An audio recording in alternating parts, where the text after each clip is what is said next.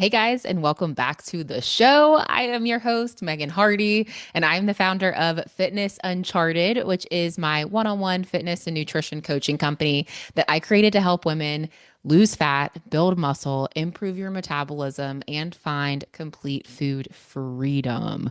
And today we are going to be talking about another semi-controversial topic. It really shouldn't be, but it is. And especially as more and more research and information comes out, and then like the information changes as more research comes out, and also we're applying it to different phases of life and things like that. We're going to be talking about timing your food with your workouts and specifically your pre and post workout meals. So, again, can be a controversial topic just because the information seems to, as with a lot of things in fitness, change over time, right? So I actually recently did a podcast episode on intermittent fasting and shared with you guys how my position on that has changed like 8 different times.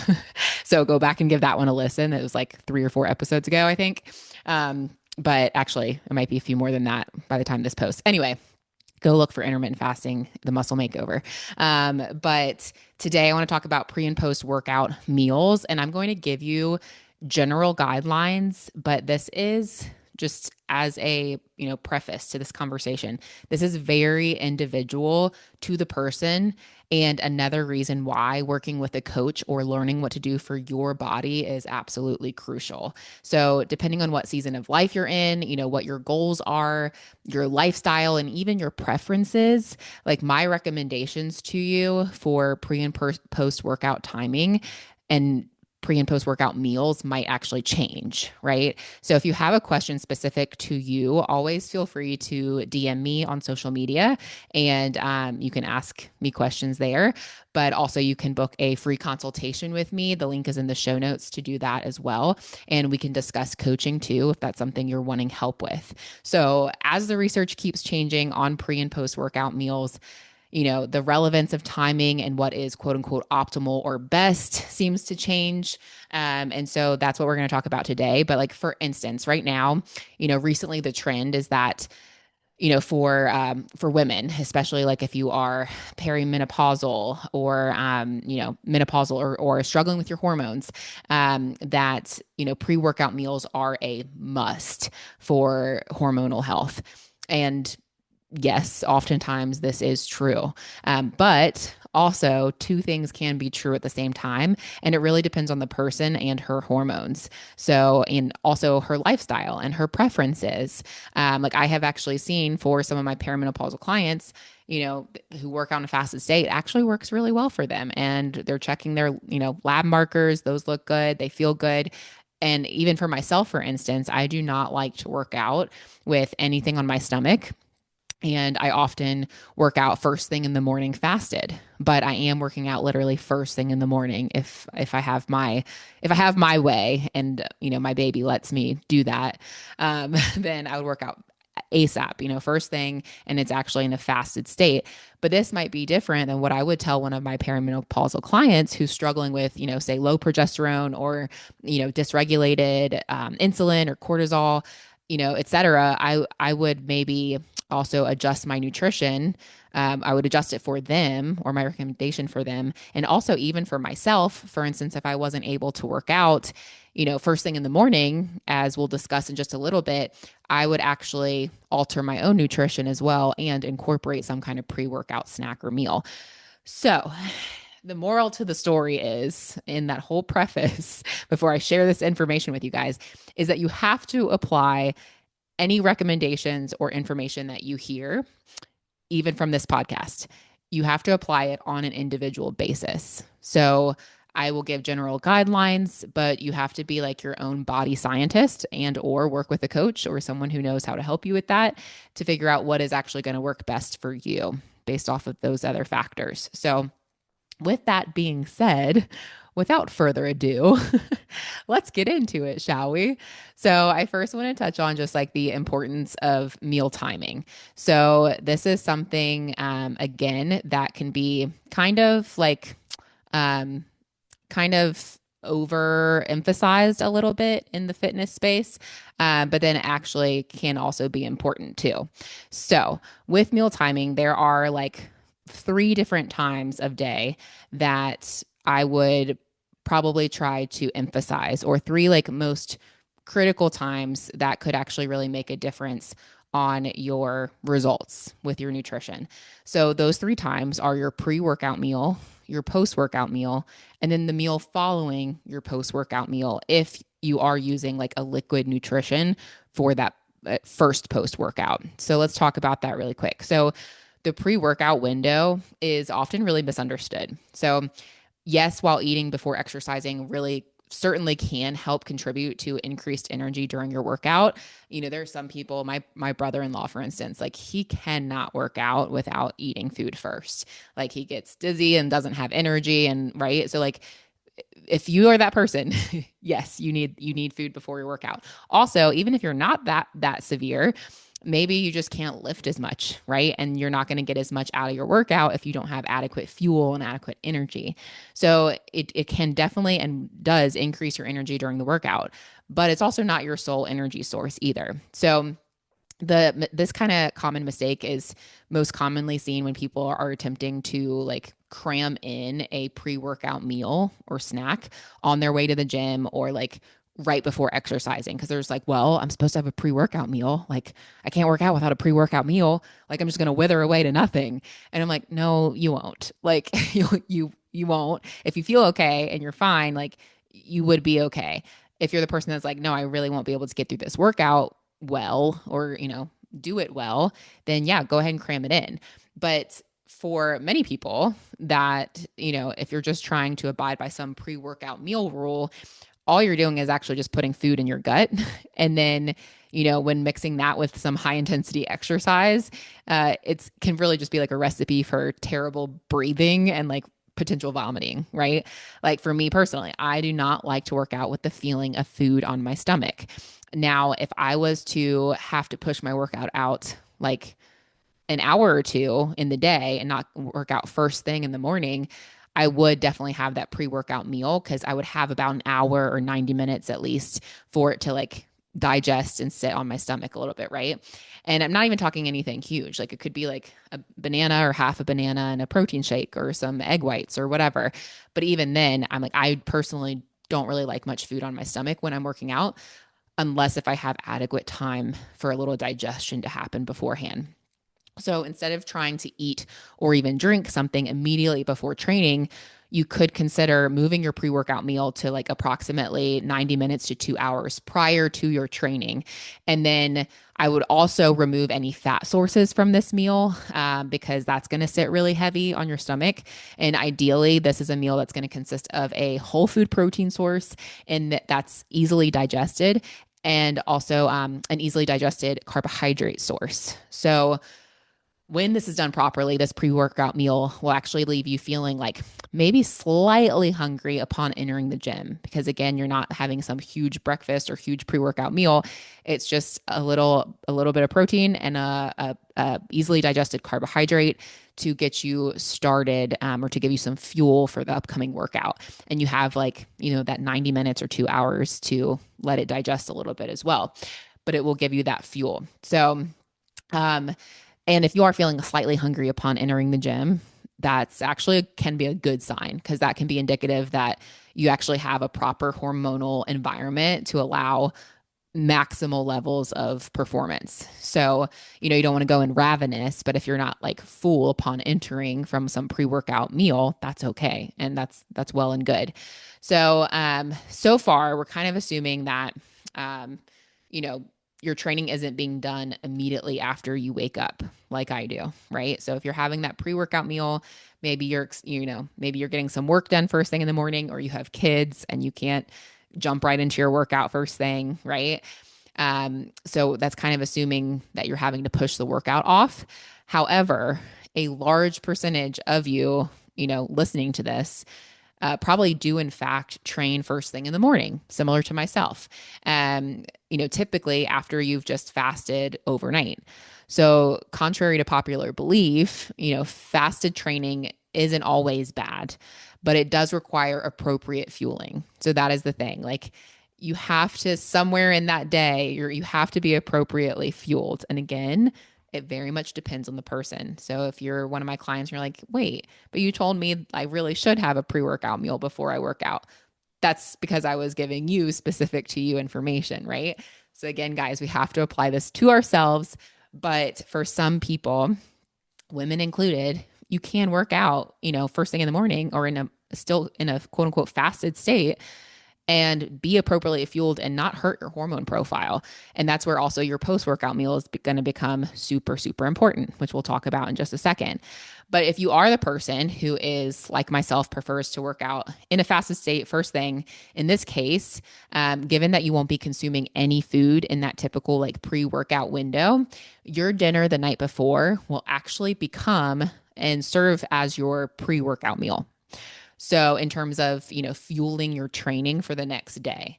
So what you eat the night before, that last meal prior to your fast before your workout, AKA just fasting overnight before you break your fast the next day, that meal or dinner is going to be the fuel that's going to help your training the next day. So with that in mind, what I would recommend is, if this is you, is that you consume like approximately, and again, this is approximates, but like 35 to 40% of your daily carbohydrate allowance at this dinner. So you actually have a good chunk of carbs with this dinner to help you fuel the next morning workout. And even that percentage range is just kind of to give you an idea, but depending on how many carbs you have total, what are your total, all of your macros, protein, carbs, and fat allowance. Again, what season of life are you in? And what are your goals? How new or veteran of a trainer are you? Or, how new are you to training, or how much of a veteran are you, right? All these things are going to contribute to this, but I would allocate a good number of your carbs to that dinner the night before to help fuel your workout. So that's for pre-workout. And if you have questions specific to you, again, reach out to me. But that's to give you some general guidelines. So if you could eat a pre-workout meal, like, even 60 minutes to 2 hours prior to your workout, awesome. If you're someone like myself who rolls out of bed and wants to get that workout knocked out, maybe you could wait until your post-workout meal to fuel. If you are doing that, consider dinner the night before your pre-workout fuel. So load up a little bit more on your carbs to give you some energy for your training the next day. And for example, with myself, even today, for instance, as of recording this, I woke up at like 7 something. Ryder woke me up and I nursed, and then my husband had already gone to the gym and got back from the gym. So he got his knocked out right out, first thing in the morning. But I ended up nursing, and then I went for like half of my walk with Ryder in the stroller. But then he gets fussy around like 20 minutes. So I'm like, okay, I brought him back to give to my husband. And then I went back out for my walk. But then I was like, well, now it's almost time to nurse him again. So let me go ahead and do that so that then I'm not feeling rushed for my workout. And I was planning on working out in my home gym. So I'm like in the garage. But I'm like, let me go ahead and nurse him. So literally, he's eating every like 2.5-ish hours, 3 hours.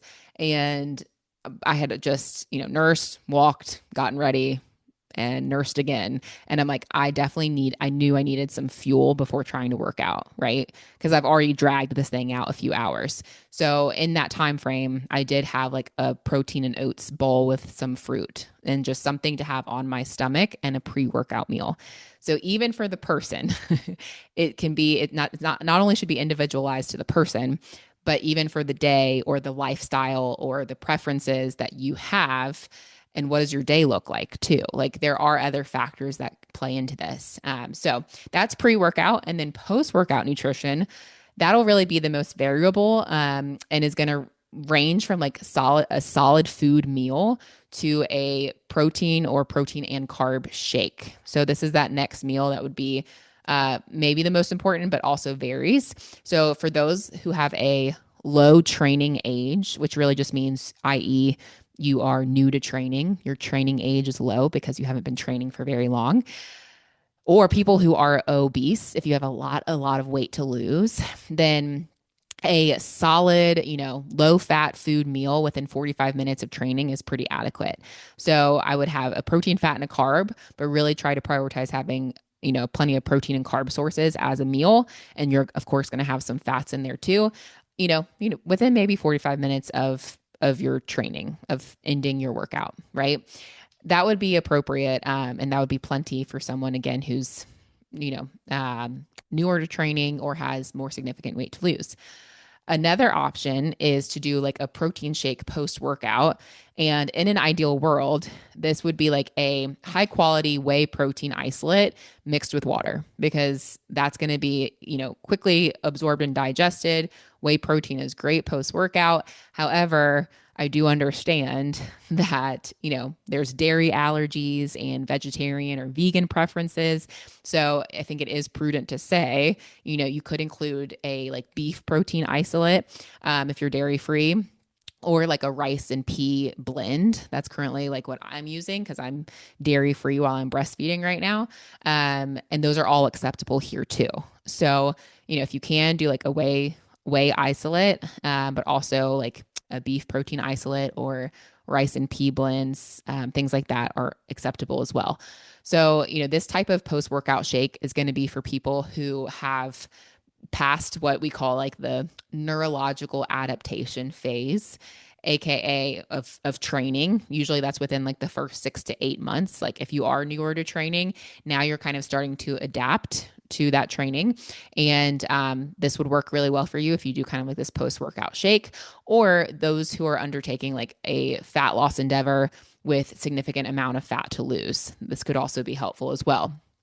So you can incorporate this shake. I will say, like, again, personally, I kind of combine my post workout meal with my post workout meal, which we're about to talk about, because I eat all of this like right after my workout. I don't typically do a pre workout meal or snack. But I'm usually working out right away. If I'm not working out right away, I do incorporate a pre workout meal. But either way, I'm kind of combining the post workout and post workout. But let's say you're someone who, let's just to give an example, maybe you are someone who works out first thing in the morning, but then you have to run and race to the office. You could easily have your post workout shake that we just talked about on your way to the office, within that first hour or so. And then, within the next hour, you're having this post workout meal, which would be perfect. That's great. So you're getting that fuel in. So this would be like kind of our third, critical, if you will call it that, time to eat. And that is for people who have already consumed a shake immediately after exercising. They would do this post workout meal. And it's the meal that you're going to consume about 60 to 90 minutes after you consume the shake. And let's say, for another example, if you train like super late in the evening, this meal could also be as close to like 45 minutes after the shake. So if it's going to be less time than that, it's like, we'll just go ahead and combine it again. Like I do, I end up having my, post workout quote unquote shake, which is really, I put my protein powder in with my oats bowl and my collagen and my fruit and all of that. And I also have an egg and egg white omelet with, usually when I'm not dairy free, Greek yogurt or cottage cheese on top. And that's like my post workout meal, including typically a whey protein isolate, right now a rice and pea protein blend. So anyway, if you're working out late at night, don't feel like you have to do a post workout shake and then a post workout meal. Just freaking eat after your workout and try to make sure you're having a protein, fat, and a carb. And ideally, again, a whey protein isolate would be great if you could incorporate that in there, or just a whole food protein source and then like some easily digested carbohydrates would be awesome. Okay. So typical recommendation is that this post workout meal is a quote unquote complete meal, which includes a protein source, a carb source, and a fat source. And consuming this meal is extremely important because it is going to be an extension of your recovery. Your results are only as good as your recovery and your adaptation. So you might be working out all the time, but if you're not recovering properly, your muscles and your body's not going to adapt as well as it could, and you're going to lose gains on the table. So this could be like hurting your hormonal profile, so you actually hurt your fat loss efforts, or in the muscle category, this could be you're not fueling properly pre or post workout, and so you're not giving your body the fuel it needs to actually adapt and build new muscle, because your body needs those protein and carbs to make and build more muscle so that we are anabolic and not being catabolic, and where our muscle tissue is breaking itself down because we're not adequately fueled. So, as we know, recovery is absolutely essential to not only improvements in performance. You're going to have better energy, more strength. If you have more strength for your workouts and more energy, you're going to be able to push a little bit harder. You're going to be able to set new PRs, and all those things will come full circle to you getting better results after the workout, right? So it's going to help there with performance, but also with your fat loss efforts as well. So the whole starving yourself thing is not cool anymore. It doesn't work. In the long run, yes, you will lose weight initially, but you'll lose a lot of muscle with that. And you're not going to see long-term success doing that. So fueling and focusing on recovery is an extension of your training that is so super important. But aside from these times, there's no science to support that any specific meal timing throughout the day is more beneficial than another, at least up to this point that I'm aware of. So no, you do not have to eat every 3 hours religiously. In fact, feel free to eat more or less frequently as you see fit. If you have a calorie or macro goal, you just make sure you get those in during the day. But again, for the person, I would probably try to be more specific with you if we were working together, where it's like, hey, let's try to, divide up your calories this way between these meals so that you're staying satiated, so that you're not feeling hangry, your mood and energy stay good, your sleep is optimized. Yes, so there's things we could work on. But at the end of the day, the base of the pyramid is, are you consuming adequate calories and fueling yourself adequately for the day as a total, right? So, if you want to change up your eating timing a little bit, that's fine. Don't stress about, every 3 hours or something. Like that used to be like traditional bodybuilding thinking, where it was like, you're literally going to waste away. You're going to have no muscle left if you don't eat every 2 hours, right? And even Coach Christy, one of our coaches in the Fit U, she used to come from this mindset herself and was like, was just getting so obsessive and rigid about like, oh my gosh, at 11 a.m. I'm supposed to eat this. At 1 p.m. I'm supposed to eat this, blah, blah, blah. And it just created more stress. And it was like, not even necessary. She's like, now I have a little more flexibility with it. I know what meals I'm going to try to eat by the end of the day.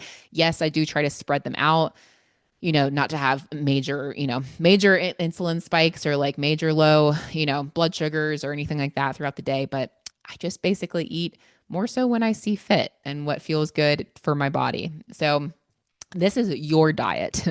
Eat in a manner that suits you and your schedule. So yes, while there can be recommendations, yes, there can be times that it'd be more optimal to eat or to fuel. I think we can get really caught up in the minutia of it. So I hope this episode was helpful for you to give you some tips if you were curious about pre and post workout meals. But again, it's going to be specific individual to you. So again, if you have questions, shoot me a DM on social media. You can book a free consultation using the link in the show notes. Otherwise, I hope you guys have an amazing day, and I will catch you on the next episode.